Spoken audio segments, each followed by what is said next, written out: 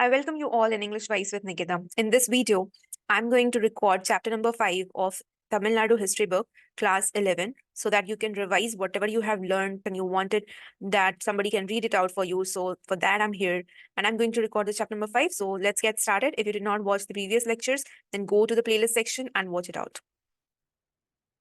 Lesson number 5, the rise of Magad and Alexander's invasion. Now, what you will learn in this chapter: the rise of Magad under Haryanka, Shishunag, and Nanda dynasty, the achievements of Bimbisar and Ajatashatru, Persian invasions and their impact, causes and course of Alexander's invasion, effects of Alexander's invasion. Then you're going to learn about Vatsa, Avanti, Kausala, then Magad, and then Bimbisar 546 to 494 BC. After that, you're going to learn about Ajatashatru, then Shishunag dynasty, Nandas, Persian and Greek invasions, Cyrus, Darius, Xerxes, effects of the Persian invasion. Come to Alexander's invasion of India, 327 to 325 BC, political condition on the eve of Alexander's invasion, then causes of the invasion. Then we will see one map related to Alexander's campaigns, then Battle of Hydaspes. Come to Alexander's invasion of India, 327 to 325 BC, what effects of Alexander's invasion, and then few learning outcomes like the rise of Magad and different dynasties ruled over it, the achievements of Bimbisar, Padma, Nanda, and other kings, Persian invasions and their occupation of northwest India, effects of Persian invasion and occupation, causes and course of Alexander's invasion of India, the effects of Alexander's invasion. Now we will learn about few questions related to this chapter, that is write short notes on 16 Mahajanpadas, Cyrus, Battle of Hydaspes, effects of Alexander's invasion, briefly the achievements of Bimbisar, impacts of Persian invasion on India, then describe the rise of Magad and achievements of its rulers, give an account of Alexander's invasion of India. This is all about chapter number 5. Okay, the rise of Magad and Alexander's invasion. In the beginning of 6th century BC, the northern India consisted of a large number of independent kingdoms. Some of them had monarchical forms of government, while some others were republics. While there was a concentration of monarchies on the Gangetic plain, the republics were scattered in foothills of the Himalayas and in northwestern India. Some of the republics consisted of only one tribe, like Sakyas, Lichachavis, Mallas. In the republics, the power of decision in all matters of state vested with the public assembly, which was composed of the tribal representatives of heads of families. The decision were by a majority vote. The Buddhist literature Anguttara Nikaya gives a list of 16 great kingdoms called 16 Mahajanpadas. They were Anga, Magad, Kasi, Kosala, Vajji, Malla, Chedi, Vatsa, Kuru, Panchala, Matsya, Sursena, Asmaka, Avanti, Gandhara, and Kamboja. The Jain texts also contain reference to the existence of 16 kingdoms. In course of time, the small and weak kingdoms either submitted to the stronger rulers or gradually got eliminated. Finally, in the mid-6th century BC, only 4 kingdoms, Vatsa, Avanti, Kosala, and Magad survived. Vatsa kingdom was situated on the banks of river Yamuna. Its capital was Kausambi near modern Allahabad. Its most popular ruler was Udayana. He strengthened his position by entering into matrimonial alliances with Avanti, Anga, and Magadha. After his death, Vatsa was annexed to the Avanti kingdom. Avanti, capital was Ujjain. Most important ruler was Pradyota. He became powerful by marrying Vasavadatta, and the daughter of Udayana. He patronized Buddhism. The successors of Pradyota were weak, and later the kingdom was taken over by the rulers of Magadha. Kausala. Ayodhya was the capital of Kausala. King Prasenjit was its famous ruler. He was highly educated. His position was further strengthened by the matrimonial alliances with Magad. His sister was married to Bimbisar and Kasi was given to her as a dowry.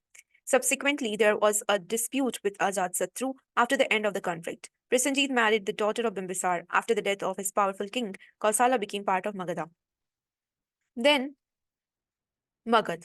Of all kingdoms of North India, Magad emerged powerful and prosperous. It became the nerve center of political activity in North India. Magad was endowed by nature with certain geographical and strategic advantages. These made her to rise to imperial greatness. Her strategic position between the upper and lower part of the Gangetic Valley was a great advantage. It had a fertile soil, the iron ores in the hills near Rajgir, and copper and iron deposits near Gaya, and added to its natural assets. Her location at the center of highways of trade of those days contributed to her wealth. Rajgriha was the capital of Magad. During the reign of Bimbisar and Ajatashatru, the prosperity of Magad reached its zenith.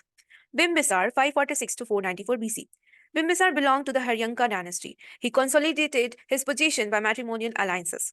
His first matrimonial alliance was with the ruling family of Kausala. He married Kausala Devi, sister of Prasenjit. He was given the Kasi region as dowry, which yielded large revenue. Bimbisar married Chelana, a princess of Lichachavi, family of Vaishali.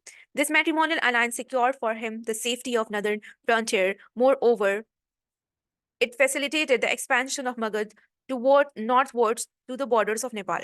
He also married Khima of the royal house of Madra in central Punjab. Bimbisar also undertook many expeditions and added more territories to his empire. He defeated Brahmadatta of Anga and annexed that kingdom. He maintained friendly relations with Avanti. He had also efficiently reorganized the administration of his kingdom.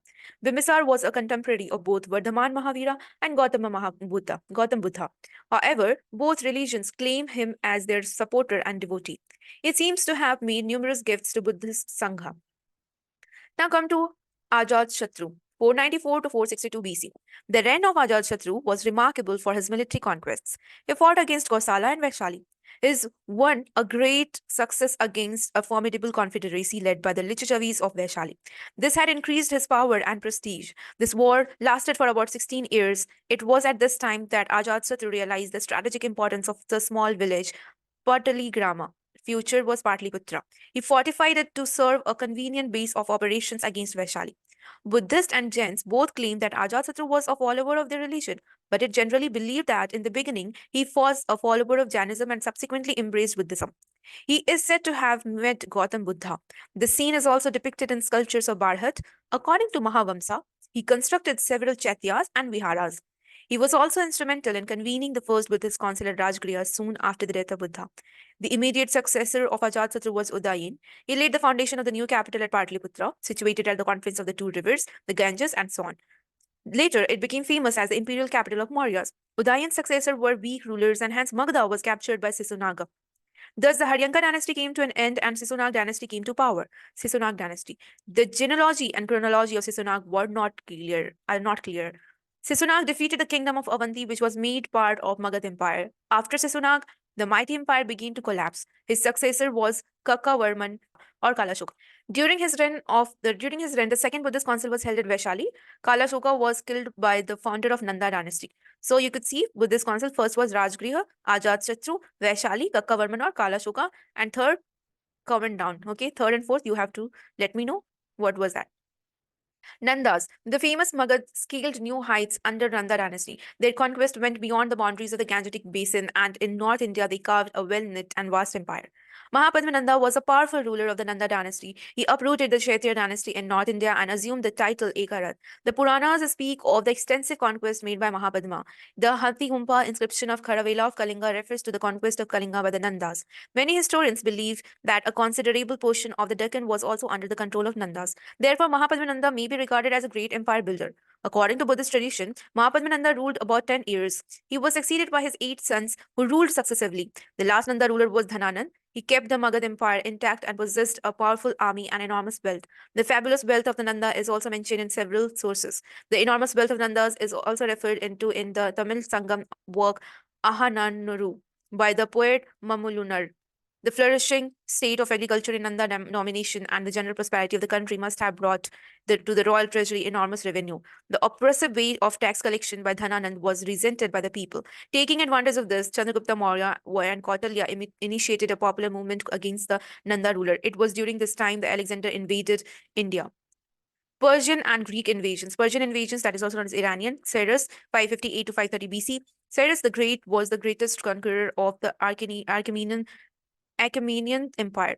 He was the first conqueror who led an expedition and entered into India. He captured the Gandhara region. All Indian tribes to the west of Indus River submitted to him and paid tribute. His son Cambyses had no time to pay attention towards India. Darius I, 522 to 486 BC. Darius I, the grandson of Cyrus, conquered the Indus Valley in 518 BC and annexed the Punjab and Sindh. This region became the 20th satrapy of his empire. It was the most fertile and populous province of Achaemenian Empire. Darius sent a naval expedition under Scyllus to explore the Indus. Xerxes utilized his Indian province to strengthen his position. He deployed Indian infantry, and cavalry to Greece to fight his opponents. But they retreated after Xerxes faced a defeat in Greece. After this failure, the Achaemenians could could not follow a forward policy in India. However, the Indian province was still under their control. Darius III enlisted Indian soldiers to fight against Alexander in 330 BC. It is evident that the control of Persians slackened on the eve of Alexander's invasion of India. Effects of Persian invasion. The Persian invasion provided an impetus to the growth of Indo-Iranian commerce. Also, it prepared the ground of Alexander's invasion. The use of the Kharoshthi script, a form of Iranian writing, became popular in northwestern India, and some of Ashoka's edicts were written in that script, in Kharoshthi script. We are able to see the influence of Persian art on the art of Mauryan, particularly the monolithic pillars of Ashoka and the sculptures found on them. The very idea of issuing edicts by Ashoka and the wording used in the edicts are traced to the Iranian influence. In short, Iranian connection with India proved more fruitful than the short-lived Indo-Macedonian contact. Alexander's invasion of India 327 to 325 BC, political condition on the eve of Alexander's invasion. After 2 centuries of the Persian invasion, Alexander from Macedonia invaded India. On the eve of this invasion, there were a number of small kingdoms in northwestern India. The leading kings were Ambi of Takshila, the ruler of Abhishara, and Porus, who ruled the region between the rivers of Jhelum and Chenab. There were many republican states like Nyasa. In short, the northwestern India remained the most disunited part of India, and the rulers were fighting with one another. They never came together against common enemy. Yet, it was not easy for Alexander to overcome so many sources of opposition. Causes of invasion. Alexander ascended the throne of Macedonia after the death of his father Philip in 334 BC. He conquered the whole of Persia by defeating Darius III in the Battle of Arbela in 330 BC. He also aimed at further conquest eastward and wanted to recover the lost Persian satrapy of India. The writings of the Greek authors like Herodotus about the fabulous wealth of India attracted Alexander. Moreover, his interest in geographical inquiry and love of natural history urged him to undertake an invasion of India. He believed that on the eastern side of India, there was the continuation of sea according to the geographical knowledge of his period. So, he thought that by conquering India, he would also conquer the eastern boundary of the world. You can see this map. This is Macedonia, this is Greece, Mediterranean Sea. Then you can see Black Sea here. See, Macedonia, Greece, Mediterranean Sea. This one is Egypt, just below the Mediterranean Sea. Then this is Syria, Babylon, Mesopotamia, now Iraq, Armenia, Black Sea, Derengenia, Guyana. This is India, this is Bactria, this is Pushkalvatha something. Okay. All right, this is all about Alexander's campaigns. This is Pushkalavati and Markanda. This is all about this period. Okay. All right. Battle of Hydaspes. Battle of Hydaspes in 327 BC, Alexander crossed the Hindu Kush mountains and spent nearly 10 months in fighting with the tribes. He crossed the Indus in February 326 BC with the help of the bridge of boats. He was warmly received by Ambi, the ruler of Takshila. From there, Alexander sent a message to Porus to submit. But Porus refused and decided to fight against Alexander. Then Alexander marched from Takshila to the banks of river Hydaspes Jhelum. On the other side of the river, he saw the vast army of Porus. As there was heavy floods in the river, Alexander was not able to cross it. After a few days, he crossed the river, and the famous Battle of Hydaspes was fought on the plains of Karri, Karri. It was a well-contested battle. Although Porus had a strong army, he lost the battle.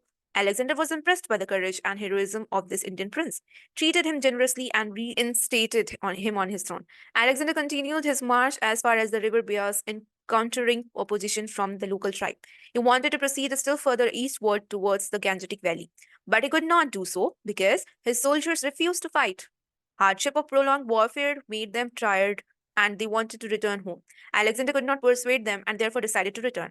He made arrangements to look after his conquered territories in India. He divided the whole territory from Indus to Bias into 3 provinces and put them under his governors. His retreat began in October 326 BC, and then the return journey was not free from ordeals. Many republican tribes attacked his army. Anyhow, he managed to reach beyond the Indus. On his way, he reached Babylon, where he fell seriously ill and died in 323 BC. What were the effects of Alexander's invasion?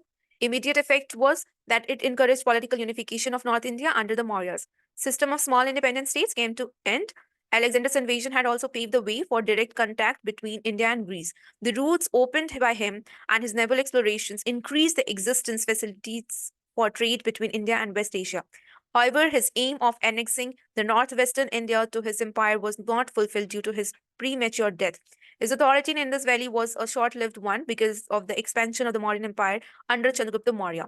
This was all about chapter number 5. I hope you have revised your lesson from this audio plus video. Okay. Lesson number 5 was the rise of Magad and Alexander's invasion. All right. So we'll see you soon in the next video with the chapter number 6. Till then, stay tuned and watch this recording for your revision part. I'm again saying it. This is the only reading part. Why I'm doing so? Because NCERT is really, really important and you need to revise the book. So for that, I'm here for recording. All right. Bye bye. Take care. Have a nice day.